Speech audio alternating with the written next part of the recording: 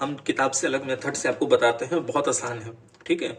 The real number x1 x2 x3 satisfying the equation x cube minus x square plus beta times x plus gamma is equal to 0 are in AP. Find the intervals in which beta and gamma lie.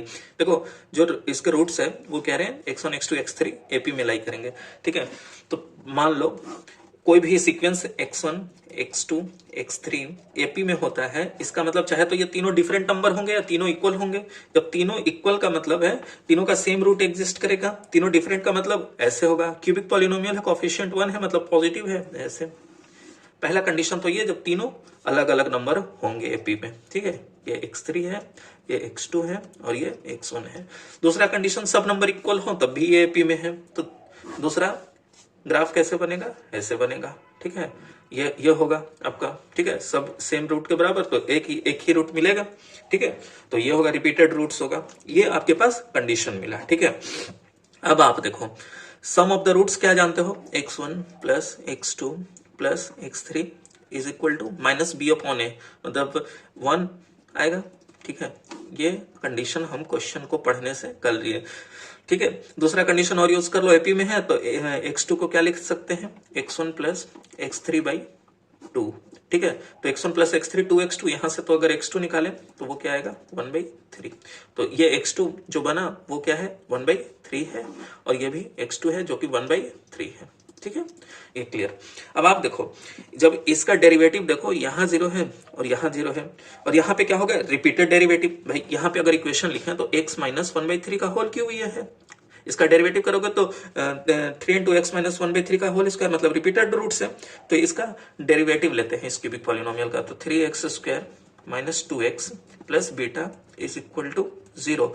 अब आप देखो इसका roots निकालने के लिए ये और ये, या ये कंडीशन के लिए, इसके लिए टू रियल रूट्स मतलब d ग्रेटर देन 0, और यहाँ रिपीटेड तो इक्वलिटी लग जाएगा, determinant greater than equal to 0 discriminant, ठीक है।